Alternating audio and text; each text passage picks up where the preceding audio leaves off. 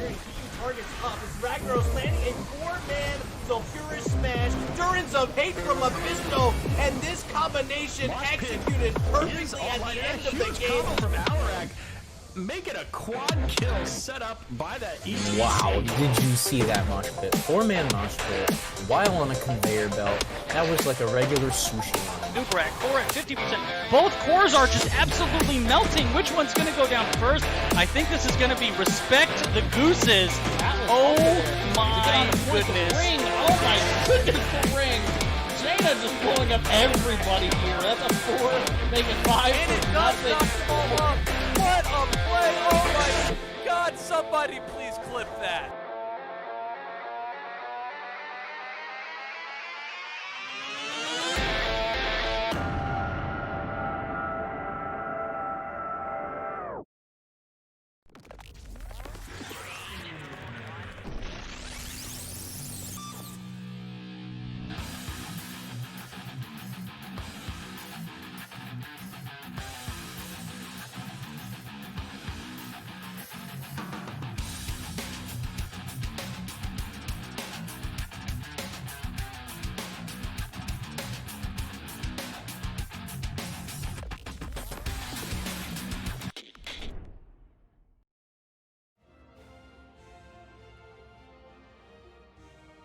Good evening, everybody, and welcome back to the Nexus Gaming Series. It is Season 10. I'm your host, Arrow, and tonight we've got a match coming at you from Division B Northeast, which is, B1. You don't want to say B1, B2, because that implies the B2 is lower than B1, but it's really not. It's just be different is basic, be different, right? That's a good way to put it. But it's ReGen Ghost, it's Die Gaming, although it looks like DE Gaming because of the font, but it's really Die Gaming. I promise, it's Die. But our teams are about ready to go, so let's go through the important facts of what has taken place so far, and then we'll get into this draft. Want to start off with our standings. So we've got ReGen Ghost, and we have Die Gaming here. Now, both of these teams, they played one match, and so far, no points. So they are tied there for 7th place with Animaniacs and Deckard's Erudition. There we go. Both of them looking to score some points, get on that scoreboard, catch up to some of these other teams that maybe had some week 1 wins. As far as our maps, starting off here from ReGen Ghost, we had the bans on Brax's Holdout and Hanamura, so no 2-lane maps here because Die Gaming cut out Battlefield of Eternity. So we're going to have all 3-lane maps today. But Die Gaming also kicked out Volskaya Foundry. Now that being said, our first map is going to be Dragonshire, which is kind of like a 2.5 lane map. I mean, it has that middle lane. But is it really its own lane? It's hard to say, right? Most of this goes to the bottom lane, the top lane, and a lot of pressure put onto that solo laner to really make sure that they can anchor that point and keep their team in control for as long as possible. These hero bans, we've got a couple of tanks. We got the ETC and the Mei, a couple of really strong heroes in the meta right now, along with Deckard and Orphea. So Orphea working really well with both Deckard and ETC, but she's not going to come in. Instead, we're going to get a Garrosh coming out from Glitterbeard as our first pick of the game. And right out of the gate, it's the Lost Vikings coming in for Dormant God. Andrew then picking up the Stukov. Lost Vikings on Dragonshire, not something that you see a ton, but it does get a lot of value because you have now the opportunity to move around your team in such a way that Eric or Balog or Olaf can pop into that dragon. And if one of those Vikings is in the dragon, you've got 2 more that you can send to soak other lanes. You can now push in those off lanes while you still have the dragon moving forward. Dahaka, they're going to be the solo laner for Die Gaming, and then we've got Rhaegar coming in as the healer. Ektar, actually, so yes, 7th, this is 7th Ace's map setup, but it's actually incorporated now into Soothsayer as part of the NGS, what's that called? Theme. So it's a standard part of that now. Third and final ban going to be the Rainer. Coming from Ghost.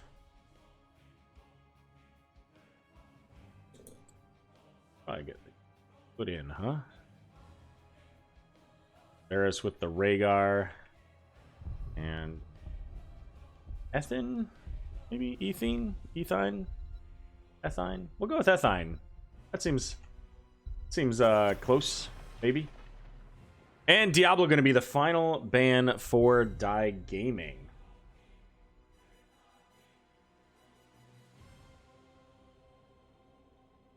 What a set of round 1 picks. No doubt. No doubt. All of the front line, none of the damage here from Die Gaming. None of the damage, none of the front line, basically, for ReGen Ghost. So quite different. We do have coming in the Sylvanas and Tassadar. So a lot of push potential coming in for this 4-man. Between the Tassadar, got a lot of potential burst there. We got the auto attack, plus being able to shut down the towers coming from Sylvanas here.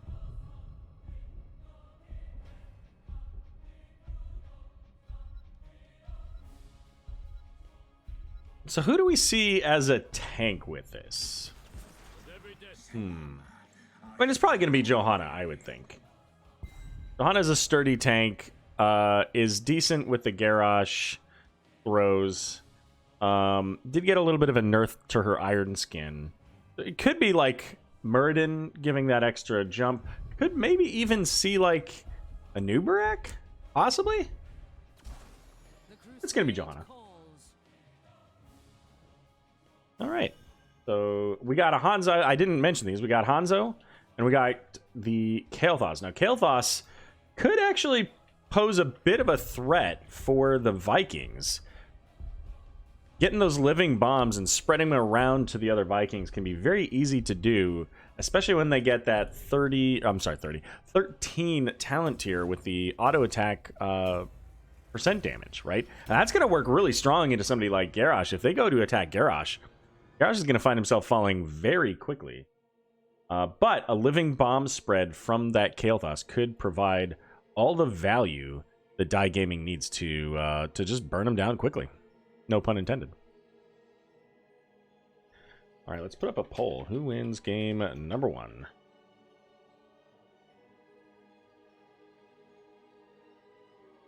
All right. Vote in chat for who you think's going to win game number 1. Is it going to be on the left here, our blue team, ReGen Ghost, or is it going to be on the right, the away team, Die Gaming? Hit that drop down, select the team you think's going to win or the one you want to win. Just whoever you want to vote for. Do what you got to do. Then make sure you hit the vote button.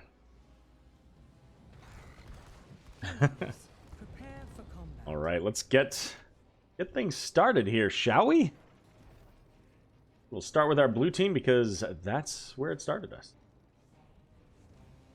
On the left, we've got ReGen Ghost. We've got Liderock on the Johanna. Shwee going to be playing Sylvanas. Andrew on Stukov. Dormant God on the Lost Vikings. And Dub C613 on the Tassadar. And over here for the right team, our red team tonight, Die Gaming. We got Glitterbeard playing the Garrosh. Kazaris on Rhaegar. Let's see, who else we got over here? We got Gecko playing that Hanzo. Shamuzkan? Shamu? We'll call him Shamu. Right? Shamu, the whale, is playing the Kael'thas. And then up here we got Ethine playing the Dahaka. Now, we've got already Eric getting a little bit of damage, not very much. But Ethine did catch that, so forcing Eric to run away there. No kills just yet, but let's take a look at our level 1 talents here. Sylvanas getting very low down in the bot lane. But does have the rotation here, and the silence coming out onto Rhaegar, preventing him from running away. Liderock holding on, has that living bomb, has to be a little bit careful there, but probably got helped by that gravity lapse to not run into the team. Sometimes it helps to have the enemy put a pause button on you there. How do you take Mecha Tassadar and put him on a regular horse, says Akhtar? That's a very good question. Looks like we got a whole team camp invade coming in, looking for the Johanna. The Unstoppable did come out, but just not enough. First blood going in onto the Johanna. And now with that, Die Gaming going to be able to pick up the siege, the siege camp here. Shui getting thrown in by that Garrosh. Going to have to use that Haunting Wave to get out. And now that's going to leave now ReGen Ghost in a defensive position, having to deal with that siege camp. Make sure it doesn't do structure damage onto their fort. 5 votes are in, and chat says it's all about ReGen Ghost tonight. You heard it here first. Channel has been picked up for Die Gaming.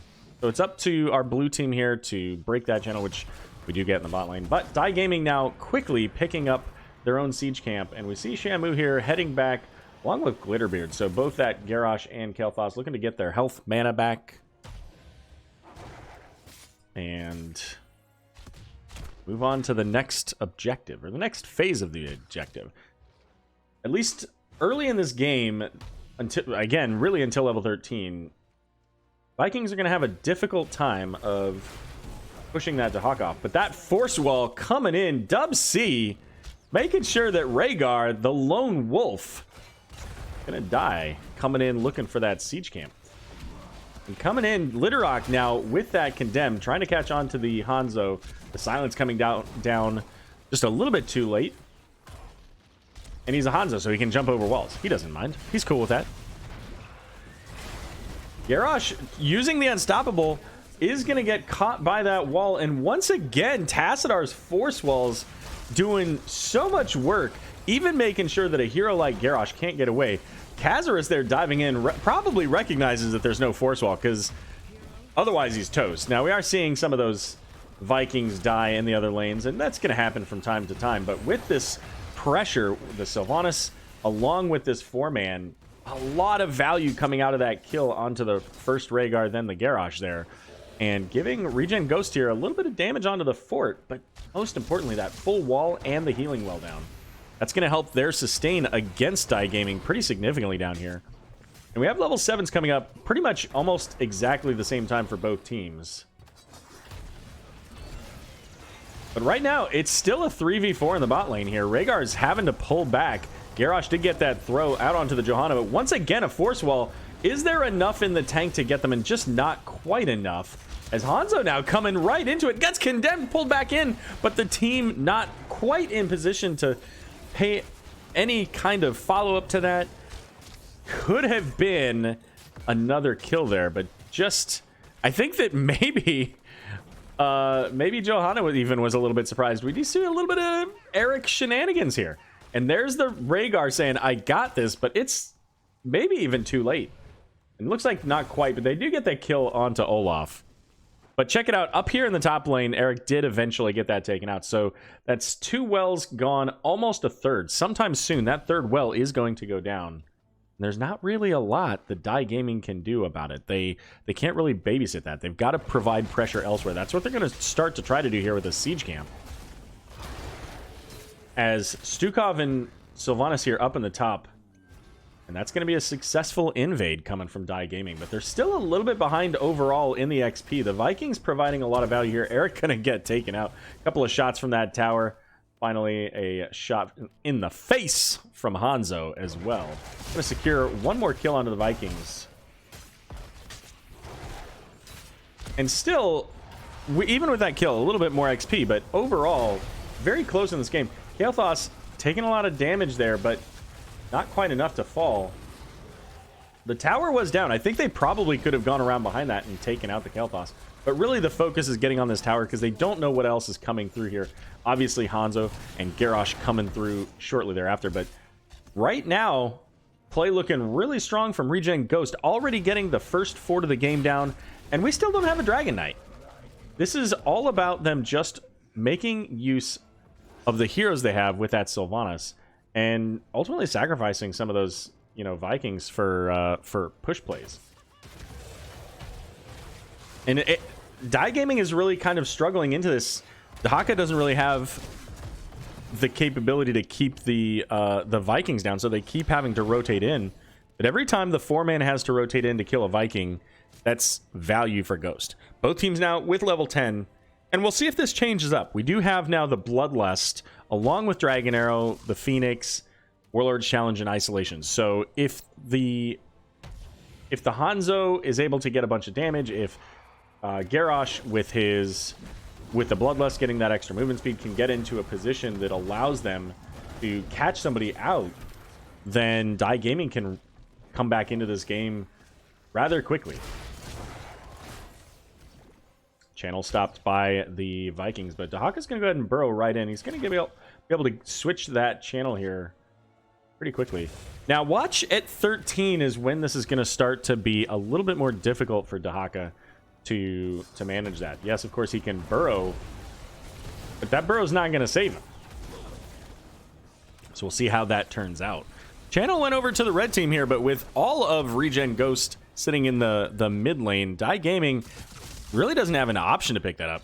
Olaf coming down just to check out what's going on, finds himself in a little bit of a precarious position, but he's able to make it out. And instead, the damage coming in between Tassadar and Sylvanas with that Wailing Arrow, Dragon's Arrow coming out just to help make sure that they have the clean disengage. And now Kael'thas is heading back. Just the one kill onto the Rhaegar, but such an important kill, as now Shui on that Sylvanas able to lock down these Bruiser Camp minions to limit the amount of damage coming in. Glitterbeard still trying to find any kills they can get, even if it is just onto Olaf. But once again, the Force Wall's coming in just a little bit off on that angle, a little bit, 10 degrees slightly askew, and I think that turns into a Garrosh kill. Keeping in mind, of course, Electric Fence on the line, by the way. So getting those slows and the damage, big value there. Doc is going to try to drag Johanna into the wall, but Sylvanas is here to shut down those towers, so not a lot of damage, but Ethine there very close to death as Tassadar hitting that shock ray over the wall. And Garrosh is coming in and could catch this Tassadar. Oh, he missed the Groundbreaker, so very close, but it is the first Dragon Knight 8.5 minutes into this game. Johanna was able to sneak down and pick that up, and you can see that's exactly where Garrosh was looking. He said, oh, crud. I got to go deal with this Johanna, who is going to be able to pick up the control point there.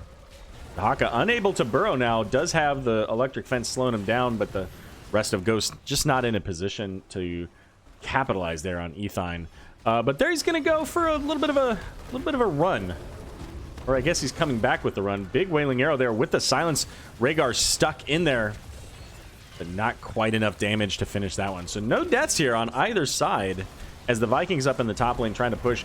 Blitz coming in, calling from the Rhaegar. Rhaegar's going to end up falling because of this, but they also got the kill onto Stukov.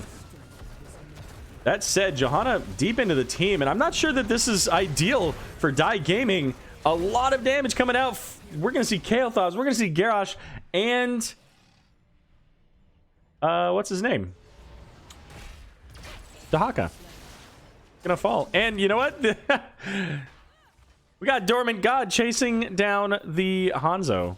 And I was thinking right here, Blessed Hammer is what Littlerock took. I was thinking it was gonna be Roar, which that Condemn coming out of that Dragon Knight, that Roar by itself would have killed 2 of those 3 heroes that were right there. So a little bit of a rough place for Dai Gaming to be at that particular moment, but they're still in this game. They've only lost their forts. They have no structure damage on the keep walls. Very, very limited there. And there goes that last fort. So they still have all their keeps. They're in still a relatively decent position. They do need to be careful, though, because now they're down full talent here. And you can see here, Johanna's coming in looking to take advantage of that. Possibly looking for this Hanzo. There's the Condemned coming in. Does get the Blessed Shield, so Hanzo's going to get stunned. A big Silence Root coming in from Stukov, locking that Hanzo down, and that's going to be one more kill going over to ReGen Ghost. As with that kill, they may look to get a little bit of pressure here. Sylvanas is here as well. Maybe doesn't have the black arrows. And backing up, they're going to be able to pick up the temples here in just a moment. And this is the kind of thing where the Vikings shine on this map, right? They're able to split up, and especially having the forts down, that gives the Vikings a lot more room to play. But it also increases the difficulty. You've got to keep track of more heroes and where they're at and what they're doing. And we'll see how Vikings are rotating up. So this is going to be a fight over the Dahaka. Missing the tongue onto Eric there. He's going to zip away. And look at how much, oh my gosh, Dahaka already at half health, almost no damage onto the Vikings here. Does get the tongue out onto Balog, uses the Gladiator Medallion. Dormant God with the slow coming out from the Olaf, and that's a one-on-one in favor of the Vikings. Insane. Blue team flipping the channel here. Die Gaming looking for any opportunity to catch a quick kill, but they don't have it. And here comes Vikings coming in from behind. Big Wailing Arrow over the bush. We did get that Blessed Shield early to set up that play. They're going to sacrifice the Eric. He's actually coming back in just a moment with Play It again. But they're going to get these kills. Garrosh going to fall eventually. Hanzo and Rhaegar. It's 3 for a quarter. And with that now, Sylvanas Black Arrow's up. They're going to shut down these towers. Continue to get value in this bottom lane. And now Kael'thas with that level 16 Ignite does get that Living Bomb to now start spreading around on the team. Any of the Vikings catch that, and they're going to die pretty quickly. But, as mentioned, Vikings able to pick up the Dragon Knight. And they're going to continue to pressure in the mid lane while bringing that Dragon Knight here into the bot lane. Dub C getting a little low thanks to that Dahaka. Gonna have to pull back a little bit. Gather some of that pustule action from the Stukov to keep him nice and healed. And Dahaka there looking for the tongue. Ended up getting punted away. So that's a cooldown for a short bit. Blessed Shield coming out. Littlerock in a bit of danger. Loses the shield.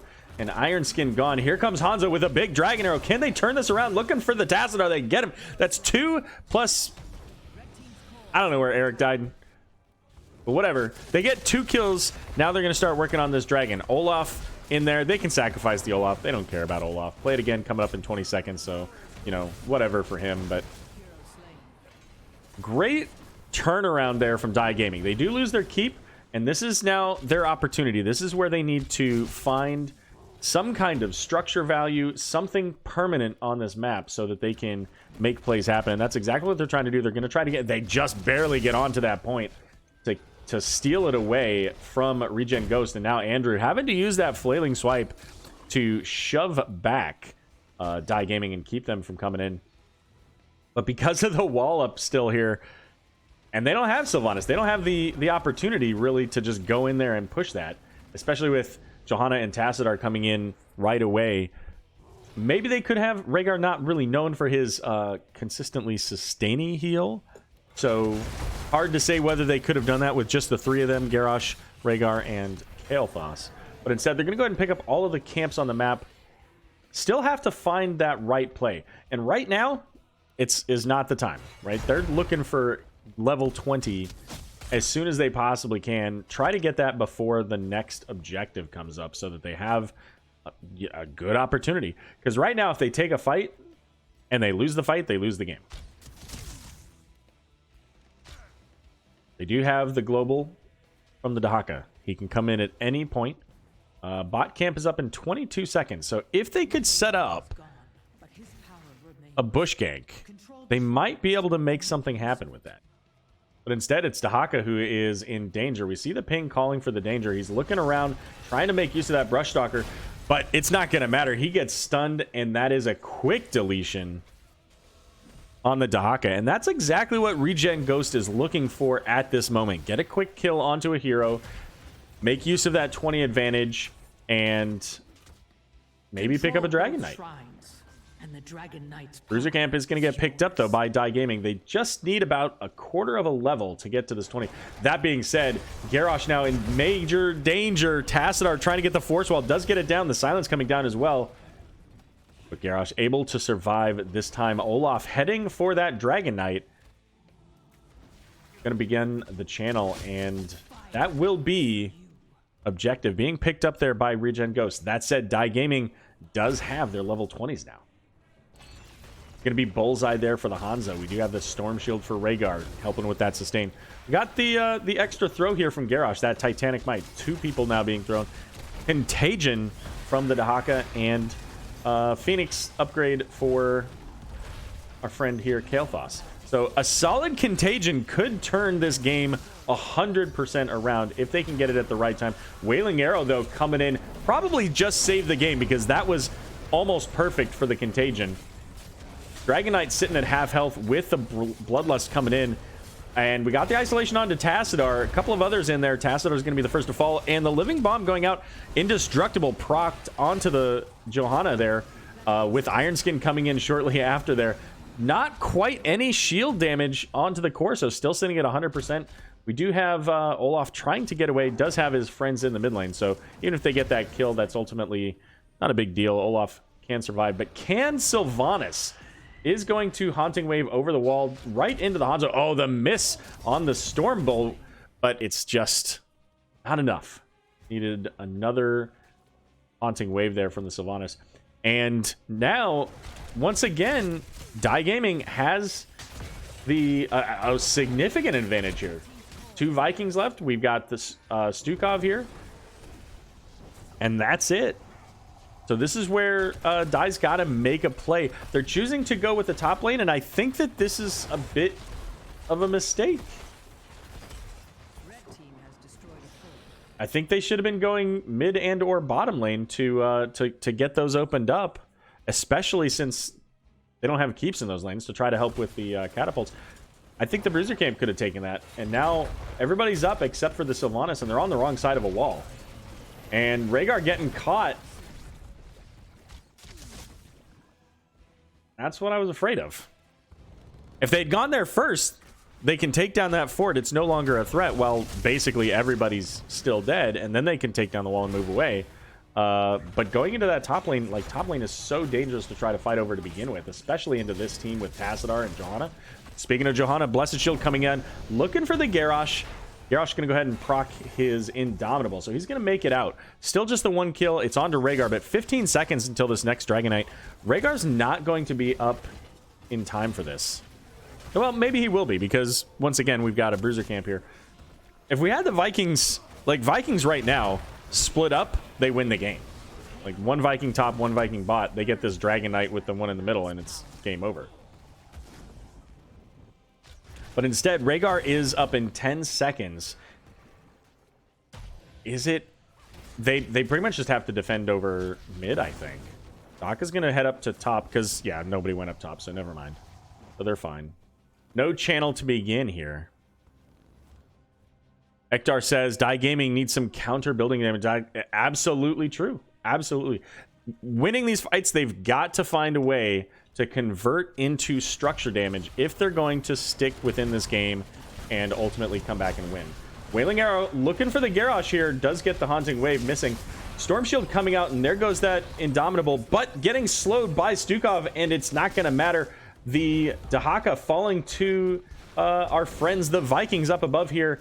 Shamu trying to get away, uses the Arcane Barrier, and it looks like he'll make it. So it's just the Dahaka and the Garrosh, but I don't know. This is a tough call here. I think that ultimately ReGen Ghost is likely successful, especially if they can get this kill on the Hanzo. Stukov did get that stun silence there, or I'm sorry, silence root. And the core now dropping down to about 75%. Let's zoom out a little bit. They do get the kill onto Sylvanas. Dub a little bit low, has the Living Bomb as well, but Rhaegar is going to fall. 30% on the core. Can Kael'thas do enough? Can Hanzo stall it out? And the answer to that question is no. ReGen Ghost going to take over game number 1 on Dragonshire.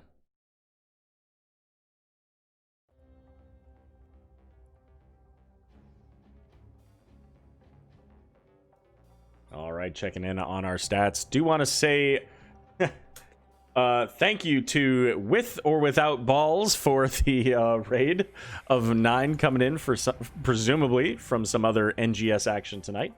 Glad that you could bring everybody over here. We're in the middle of the match between ReGen Ghost and Die Gaming, a Division B in Northwest, or as I like to call it, the Division B different division. 18-10 on the kills overall, and I think a lot of those were really impactful for ReGen Ghost, getting 1 or 2 kills and then converting that into structures. Die Gaming struggled with that. They would get the kills, but then they couldn't convert those kills into structures. A lot of those 10 kills came from basically 2 team fights. Getting that opportunity to kill 3 people, but not being able to really pressure. They didn't quite have the same siege potential as ReGen Ghost, and it cost them in the long run. We'll see what happens here going into our next game. Let's take a look at these talents. See what happens going into our next game. What map are we going to go to? Which team gets the first pick or map pick? And we'll find out here in just a moment. We'll be right back. Don't go away.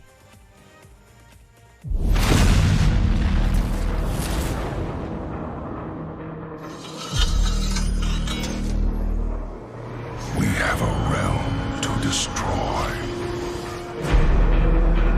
So shall it be.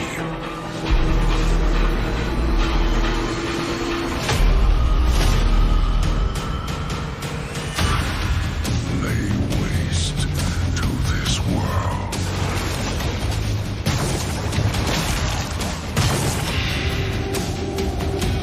Strength in unity.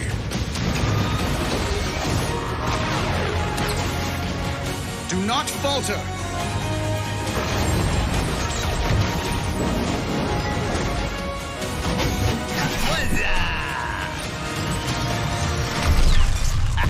Nice one! Cold as ice.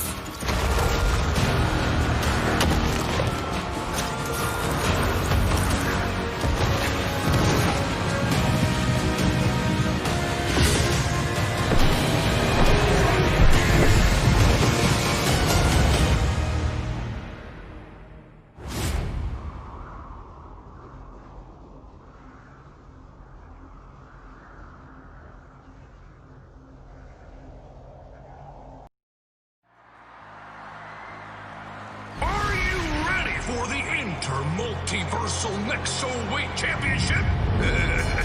You better be!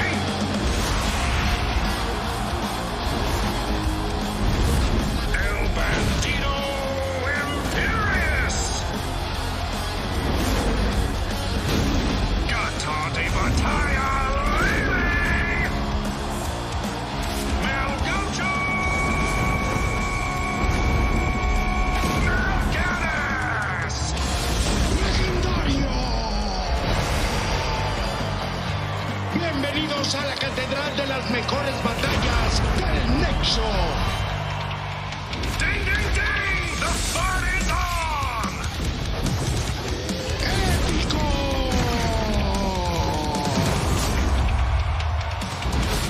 What a takedown! Give it up for MC Tombstone! Rampage, alright! We got ourselves a winner! We're going to Nexomania, y'all!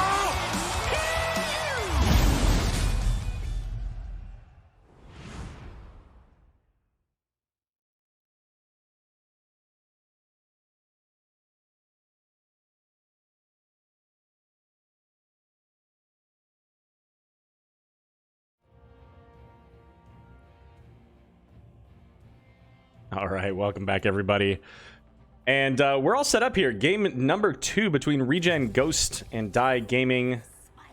Getting set up right now. Gonna be Tomb of the Spider Queen here. We did see our first map there was Dragonshire. It was the selection from ReGen Ghost. And they actually managed to pick up that W as well.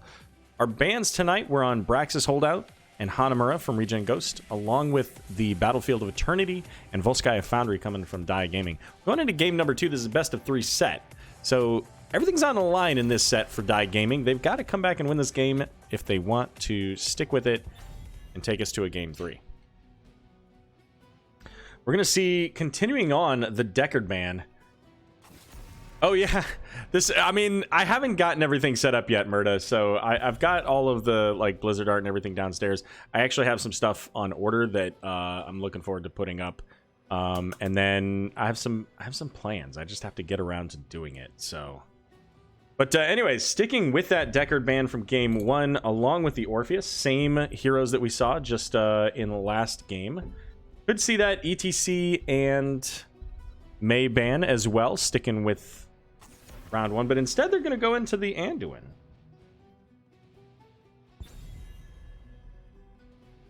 So an Anduin ban tells me that they're looking for some kind of like CC chain combo onto a specific target. So we could see something like ETC Imperius Tyrande. We could see that kind of combo. They did get rid of the Stukov, so a whole bunch of the supports being choked out here. But there's still a lot of them. I mean, there's 16 healers in this game. Only 11, I think it was, tanks.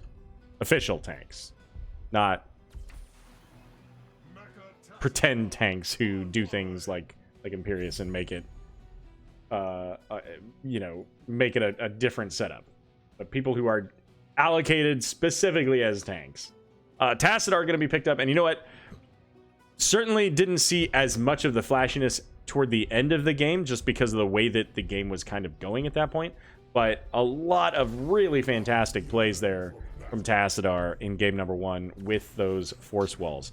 But it's going to be Diablo and Imperius, so that's actually the reverse of what I was talking about. It's going to be Die Gaming going into that stun combo. So going to be interesting to see, is it Diablo charging him into a wall with an Imperius stun on top of it?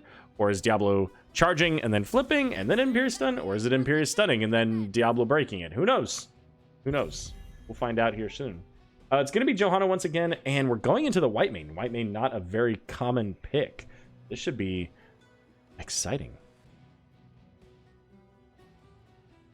Nice. That's awesome, Murda. Really glad to hear that. But yeah, I've got it all downstairs, and I have more that actually just today shipped. It's going to be here on Monday. It's the it's a collage of all of the Shadowlands artwork. So, and it's like really big. It's like 14 or 15 inches by like 33 inches. So it's gonna be one of those things that takes up significant space. Sylvanas gonna be the third ban here. And that's, you know what, that's not a big surprise. Some really fantastic wailing arrows there coming out from Shui in that game to just make sure that they were able to secure those lockdown kills. And there goes the Lucio as well. So continuing that support choke. Could still see an Ana. And I think Ana would be a really high value if it's something that they play. I think Ana works really well into so far what we're seeing from both teams, from Die Gaming, but it also means that anti-healing grenade into the White Mane would really help out. Oh, but it's going to be an Uther instead, along with the Mephisto. Continuing the Lost Vikings trend. This time on to Tomb of the Spider Queen. Not a common Tomb of the Spider Queen pick with the Lost Vikings. And Mayav going to be the pick up a... I think we might actually see a hero swap here. I believe that Lid is going to be the one playing the Mayav. And that means that probably Shui will be switching on to the Johanna.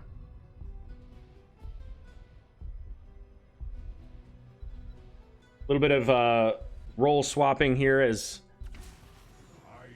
Mongoose is taking care of his spouse and new child, as the role swap happening there. So if you happen to see Mongoose, make sure you give him a shout out, say congrats. I wouldn't spam it all over NGS, no reason to do all that stuff, but you know, if you happen to see him in a game or something. But there are our drafts. Let's go ahead and put up our poll. Who do you think's going to win this one? Wins game number 2. Is it ReGen Ghost?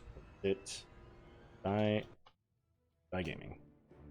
All right, vote in chat. Hit the drop down, select to the team that you think's going to win. We got that Zeratul right at the end there. See if I can get all these put in before the game loads. Yes. Makes it real easy when they have many of the same heroes. Thanks for that, guys. Appreciate it. I mean, awesome. Thanks for taking forever to load game. Really appreciate you doing that. Giving me the assistance. Let's see. What do we got? Yeah, I mean, in Twitch chat, absolutely. If you see Mongoose, for sure. All right, game number 2 between ReGen Ghost and Die Gaming on the left here, we've got ReGen Ghost. ReGen Ghost currently up 1-0 in this best of 3 series. We've got a lot of the same heroes. We got Dormant God playing the Lost Vikings. We got Andrew on Whitemane, Littlerock on the Maiev, Shui going to be playing Johanna, and Dubsy613 on the Tassadar. And over here for Die Gaming, our red team looking to even up the set. We got Shamouz Khan on the Zeratul, Kazaris there on the Uther, Gecko playing Mephisto, Glitterbeard going to be on the Diablo, and we got Imperius over here, played by Ethine. Now I did ask, and apparently that's how you say it, Shamouz Khan. So, not my fault. That's how they said it. Checking into our builds here. So, Imperius going into the charge reset, which, not a big surprise. Going into the Vikings, probably a really high value one there. Did get that Gladiator medallion onto Gecko, thanks to the tether from Maiev. Didn't want to get pulled into that team. Can't imagine why. In our poll in chat, a little bit more even this time. Last time it was 5-0 in favor of ReGen Ghost. We did see ReGen Ghost coming up with that. Big force wall. Once again, Diablo here getting slowed by that laser coming out from Tassadar. That's going to be First Blood going over to ReGen Ghost. Now, this is what we saw in Game 1, too. Looking for those isolated kills with the force wall and ultimately converting those into kills and XP, and not really much of an XP advantage, though. Ultimately, they were pretty similar throughout most of that game. So we'll see if that continues, if that trend continues, or if they're able to get picks and convert those into kills. We're going to see Maiev rotating down. Quiet, everybody. We're hunting Siege Giants. But in the meantime, mid lane here. Collecting the gems right now, slightly in favor of Die Gaming. Just the couple of points there. But, of course, 2 seconds later, and it switches. 22-21 now in favor of Die. That looks like maybe 1 or 2 were missed by somebody at some point here. Maiev just about done with his siege camp. It's going to send that into the lane. So that's going to give a little bit of lane pressure now that has to be addressed. But Ethine getting a double stun here. Maiev coming in with the Shadow of Vengeance there. And Zeratul, ooh, just blinking out in the nick of time as that Fan of Knives might have been just enough, especially if it got a reset off of the Imperius here. We do have a catch looking for that Zeratul, and this time Maiev finishing the job. 2-0 in favor here of ReGen Ghost so far. 34 gems. We do have 19 turned in so far for ReGen Ghost, rotating between top and mid lane, trying to get that XP, and they are about a quarter of a level ahead of Die Gaming right now, as Imperius just now selecting his level 4, choosing the Molten Armor upgrade there, giving him that 25 armor when he pops his cooldown, in addition to the healing he receives. So it makes him a little bit tankier. Diablo seeing if he can't flip that Johanna. She doesn't have a lot of health, or sorry, mana, but she does have the Unstoppable. That said, Mephisto pulled into the team, is getting slowed by the Johanna as well, using the Shade of Mephisto just to try to run over there, get the healing well, maybe get enough healing, but just not quite able to survive the return damage there.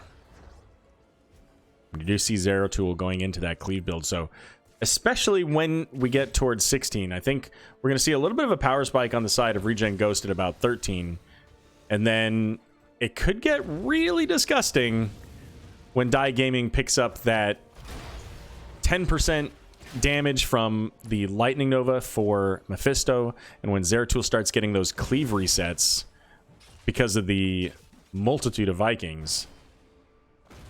Could be a very different game at that latter stage of this map.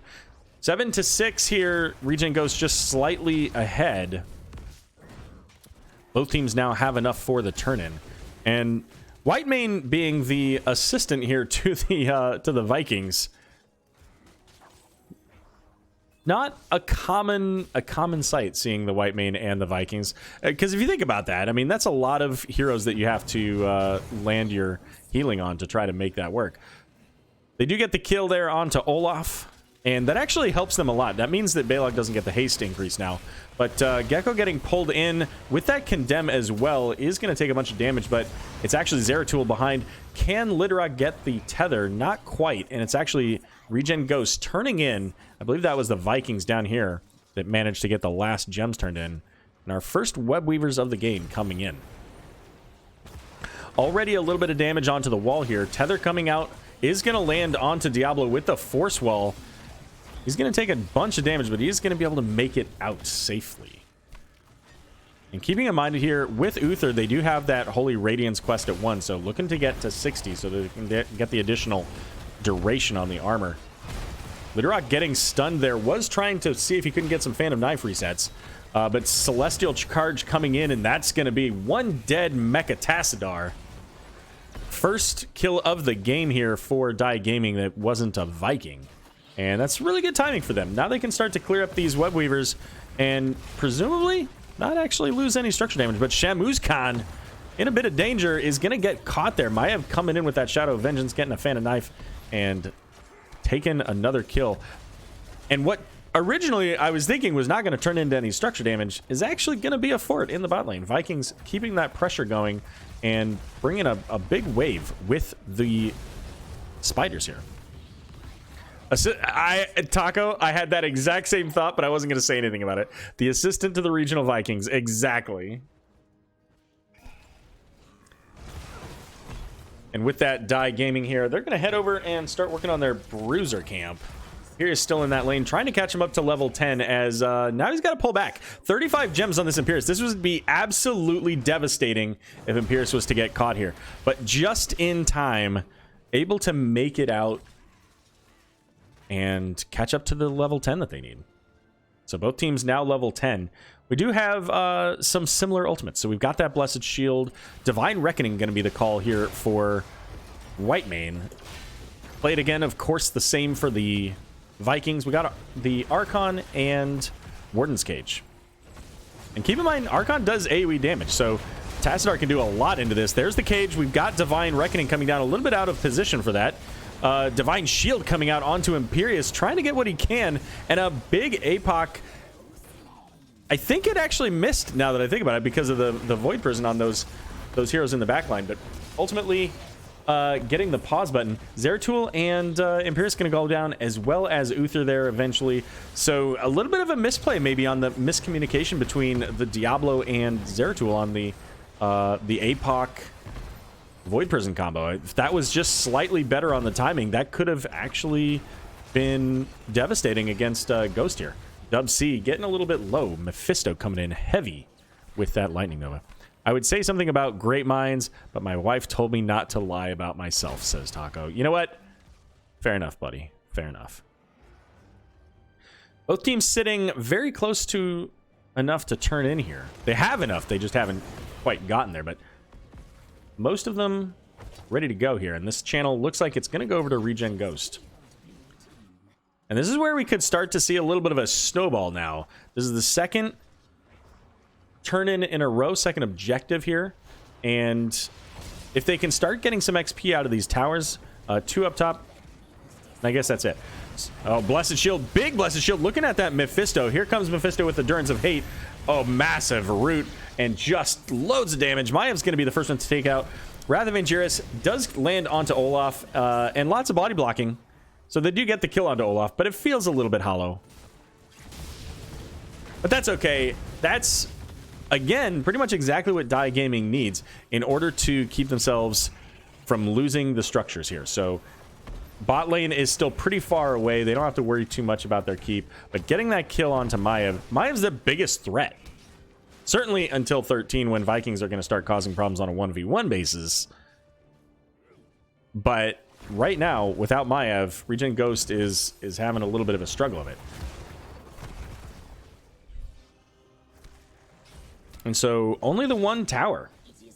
Fort took a little bit of damage, but not a whole lot. And bot lane cleared up here by Shamu. So ultimately, a very solid defense by Die Gaming. I think that was a Shade of Mephisto just to kind of scout things out. This is a little bit scary now for Die Gaming.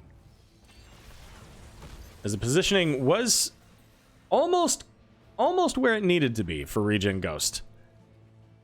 That Blessed Shield was looking for an opportunity, but just couldn't quite land it. But this is, we saw the combo earlier. We have the Divine Reckoning, we have the Blessed Shield. Like, if they set up a Blessed Shield combo with that Warden's Cage and the Divine Reckoning, it's a tough time for Die Gaming unless they can get those other combos.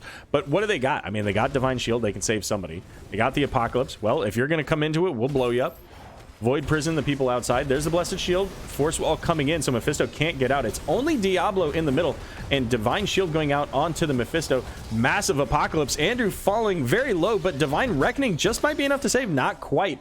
Wrath of Angiras coming out is going to land, and Whitemane and Tacit are both down. Zeratul, however, did fall to Dormant God down here on the Vikings, keeping the pressure going. So 2 for 1 so far. Mephisto, again, Mephisto putting out that damage, and especially with Vikings, can really increase the potential for resets. And you don't, like, a resetting Mephisto is not something you want to have happen. It's hard enough to make sure that you're not getting hit by everything that he's going to throw at you. But when he can keep doing it, especially at level 20, with that Mimic, it's going to be brutal. And this is a small map, tight corridors. It's a lot of damage. And we see here, Mephisto's able to just keep popping that cooldown. Keep using that Lightning Nova. Keep using that Shaded Mephisto. All right. Well, there we go. Glitterbeard, they're getting, what are they? Subjugation, I believe, is what that's called. The subjugation drops the damage they deal by 50%. And then at 16, keep in mind that Whitemane can, in addition to that, can actually spread that to another nearby hero. So she can drop, as long as she's channeling that laser on them, she can drop their damage potential by 50% on 2 different targets. Maybe Diablo's not your primary, but getting that to spread onto, say, a Zeratul or a Mephisto could be the difference in these fights. I have real close here, has everybody around her, does have a really solid Warden's Cage if she can survive. APOC coming out along with the Durance of Hate, and it is Uther who's going to fall first. He is going to be able to heal up his team a little bit here. Eric going to fall for the Vikings, and Mephisto in a bit of a dangerous spot. Is there enough in the tank for them to catch up to him? There is a fort still here, so not quite. Glitterbeard getting very low. Oh, a massive Celestial Charge. Look at the damage coming out from that one as Whitemane just gonna get obliterated. And Tassadar with 40 health in danger of dying to a minion, but is barely gonna be able to make it out. And let's check out here. So keep in mind, Mephisto getting Shard of Hate as well is able to spread those, but it's all about the Imperious on that one. That was a great play. Littlerock going to be able to make it across and just barely juke away from that Wrath of the Angiras. And 16's here now for Die Gaming. A lot of stuns coming out from Olaf here. Oh my goodness. Tassadar getting just destroyed. That charge coming in from Glitterbeard, along with the damage coming from the Imperious. Durance of Hate is going to land on the Vikings. And you know what? Durance of Hate, this is a really tough call on whether Durance or Consume Souls is maybe the better option. I think Durance is the better option because of the fact that we've got Vikings, we've got Tassadar, we got Whitemane. Both of those heroes want to stand still pretty frequently. So it makes it real easy to hit and then spread that route. I think it mostly depends on what you want to go with at 20. And if he takes Mimic, which I expect him to, I think that's the better option. If he's going to go the upgraded Consume Souls, because, you know, Vikings and you get lots of extra damage and an extra proc, maybe. But I think we can expect to see Mimic. Both teams, however, at 16. So we do now have Zeratul with the cleave resets. We have Mephisto with that 10% damage, and that's anybody that's within that Lightning Nova. So if he's doing the damage to the Vikings, but Maiev, Whitemane, and Johanna are all there, they lose 10%. Charge onto Littlerock. Here's the Durance of Hate. Does land onto one of the Vikings, but Void Prison is onto 3 or 4 here. Celestial Charge only managing to hit onto the one Viking. And this time, Warden's Cage used to try to disengage. They get, again, the Wrath onto Olaf. But Tassadar is going to get taken out. Mephisto doing some heavy work here. So no forts down with that turn-in, but definitely a lot of pressure, getting some kills here. and the Imperious resets really helping out there. Us OGs call that move from Imperious Seismic Toss. Okay.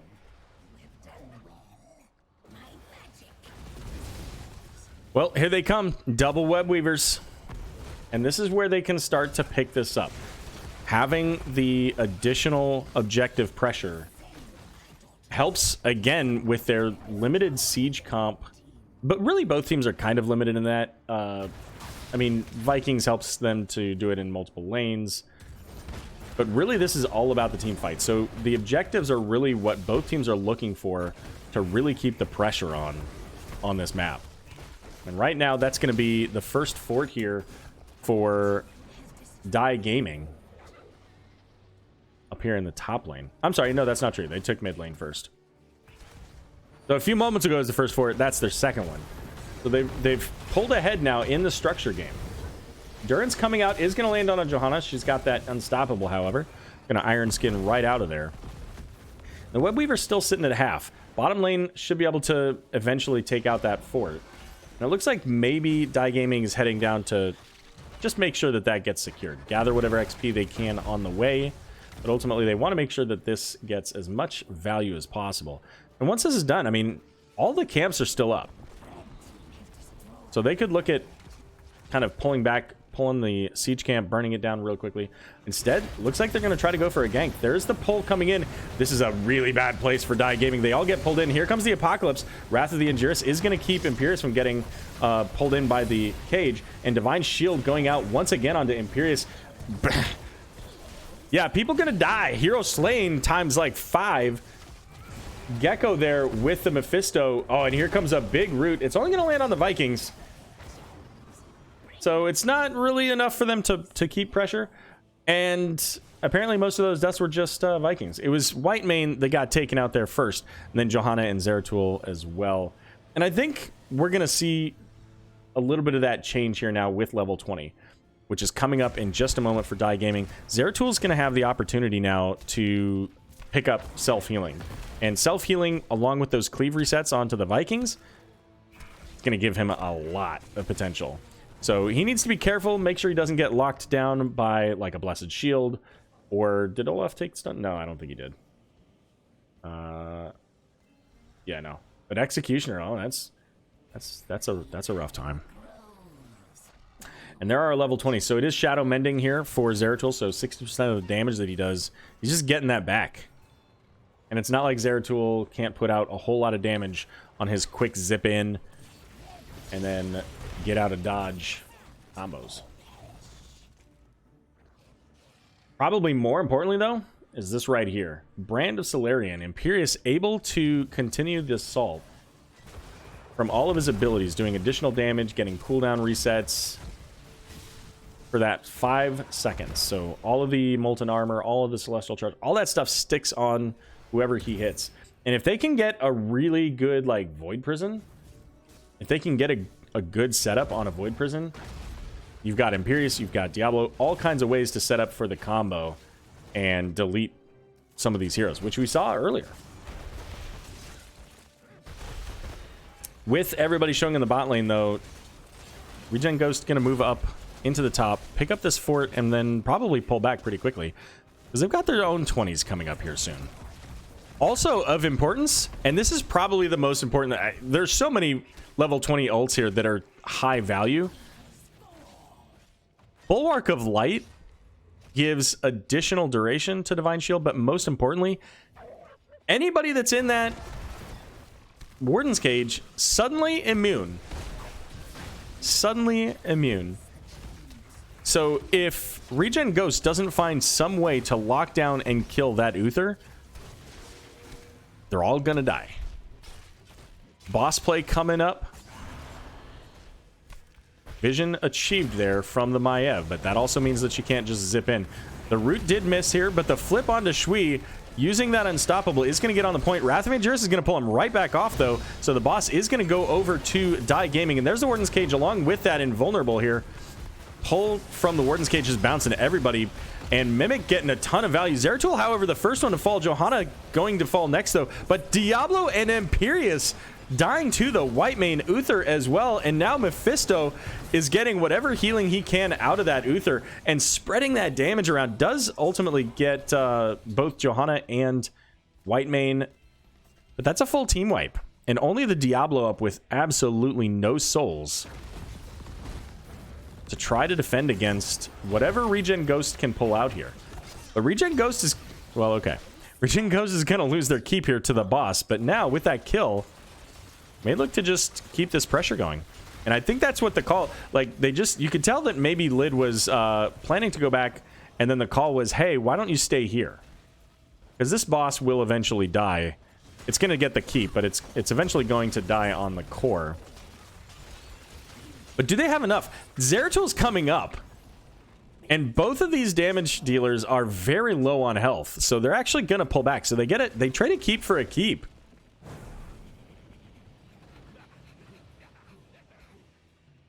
Maybe less than ideal.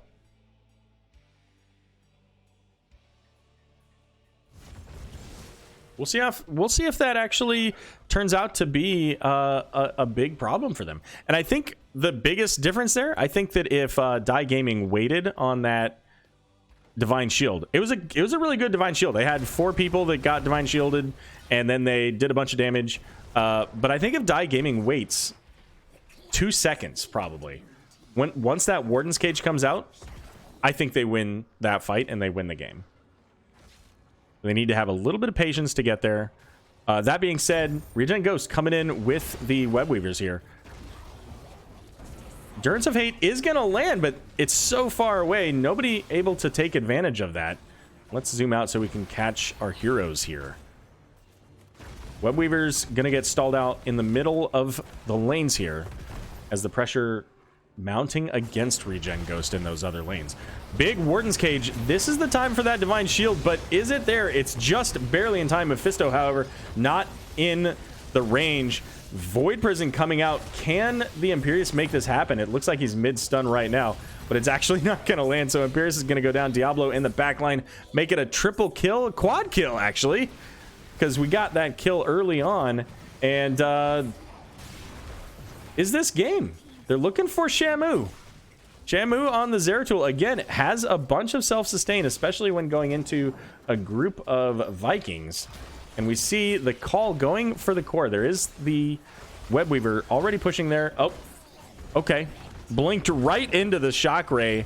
And that's looking like it's going to be game number 2 going over to ReGen Ghost on Tomb of the Spider Queen. GG. You know, it is Nightbot, you know, throwing out some love for Storm Division, you know. All right, and ReGen Ghost coming in with the 2-0 victory, setting them up at a 50-50 for the season so far. They got they lost 0-2 their first match, and now 2-0 over Die Gaming. Really fantastic play, and again, Die Gaming had some absolutely great plays in there. Make sure you guys clip those, because there were some really amazing team fights and combos in this. But ultimately, only one team can come out on top, and that today is ReGen Ghost. So we'll be back in just a moment here. I'm going to go see if we can't get ourselves one of those good old interviews. BRB.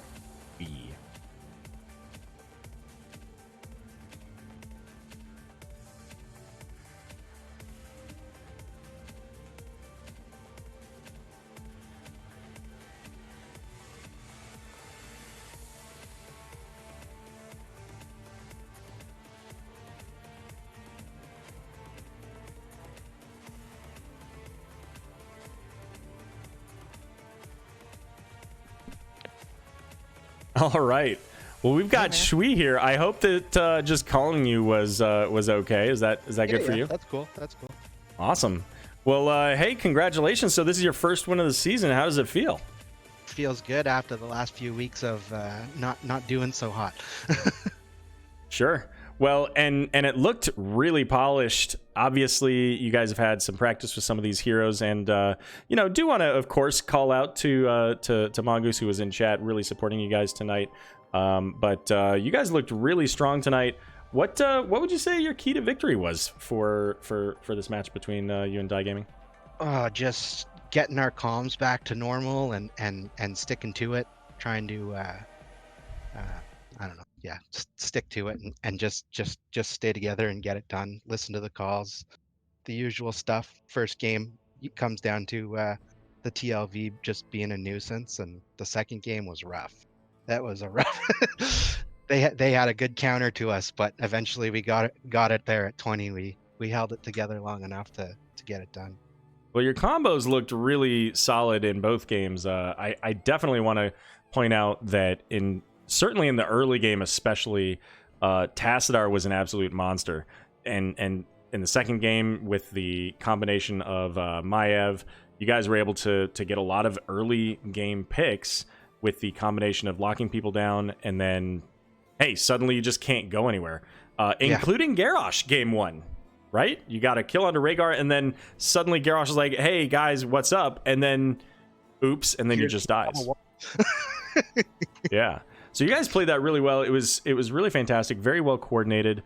So tonight you had a little bit of a different roster. So I did notice, obviously, between game 1 and game 2, you guys switched up your roles a little bit. Are you kind of expecting that that's going to be the case for the season, or do you think that just, for the first couple of weeks, obviously, shout out again to Mongoose who just had his, well, he didn't have the child, but his wife had the child. So congrats on that. But, do you kind of expect to see that a little bit more this season? The swapping roles, probably not so much, though I shouldn't be giving too many, easy hints. Once we get Mongoose back, I think everything goes back to normal. Unless, subs come in, then things happen for the best. But yeah, once we get our 5, I think solid in our roles. Sure. Well, and it looked really solid. I mean, you guys had some great setups. Lid in game 1 with there were, I don't know, 4 or so blessed shields that set up some amazing plays. You had an over the bush wailing arrow game 1 that helped to secure a kill. And there was one moment, it was kind of almost out of a Benny Hill type of scenario where like Hanzo tries to jump away, gets pulled in by the condemn from Litterrock there, but everybody's like, oh, we didn't even know that was going to happen, so we just walk away, I guess. It was really funny to watch that. So getting into Tomb of the Spider Queen, so we see a little bit of a different comp. We see the ban onto Anduin, and so I was kind of expecting maybe a little bit of a different scenario where it was like maybe ETC Imperius, like Tyrande or Malfurion or something like that. Was that ever in the cards, or was it basically just, hey, Anduin can pull somebody out of our cage, and like you guys were planning to do that from the beginning? Yeah, Anduin can pull the cage or bubble the cage. Lucio, same thing, kind of. So essentially, that was pretty much the plan. Sure. So what can we expect from ReGen Ghost in the remaining 7 or so weeks of NGS Season 10? I don't know. Hopefully hold it together and make the playoffs. Not be bottom 2. Come on.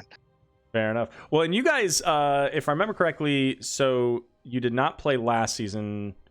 When was the last season that you tried to play last season, I think? Tried to play. We were almost going to play last season, and then at the very last day we lost our tank player, and it was just, I don't know, a bit of a burnout from all the practicing that we did, which we've done again this season, building up to this. But just this team's clicking, where we get along really well. Everyone's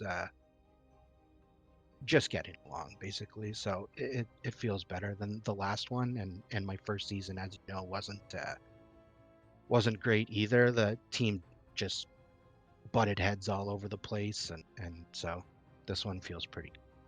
Sure. Well, and you know what, I do have to say, obviously, I mean, you know this, but for chat, I've known a lot of the folks on Ghost for a good long time, even before ReGen, some of them, and seeing the difference in the team dynamics, bringing Mongoose into this group, and Andrew, and obviously I haven't spent a lot of time myself with Dormant God and your other sub who I can't remember. Well, Ziltoid. You guys just got Ziltoid today as well. Just picked up Zil, yeah. You guys have a super relaxed team. I think it's got a great dynamic, and I look forward to it. I think you guys have a lot of potential, for great things this season. There was a question in chat, so I'm going to ask that from Murdarg. Murdarg? Who's Murdarg? Yeah, says at Shwa33, who's your favorite person and why is it me? I'm assuming that he means Murdarg. Oh, who's my favorite Murda and why is he my favorite Murda? Yes. Just constant support of me through all the tough teams and letting me stick to it without being like, dude, I don't know. maybe you should just go be a sub somewhere like Rec or something, Just he does a lot of behind the scenes stuffs for us, and ReGen, any of our ReGen teams wouldn't be a thing without him. So the special shout out before the shout out. For sure. And Taco just reminded me and said thank you for getting him, and I apologize. I knew it was somebody that I knew, and I just couldn't. I was trying to go through the list in my head.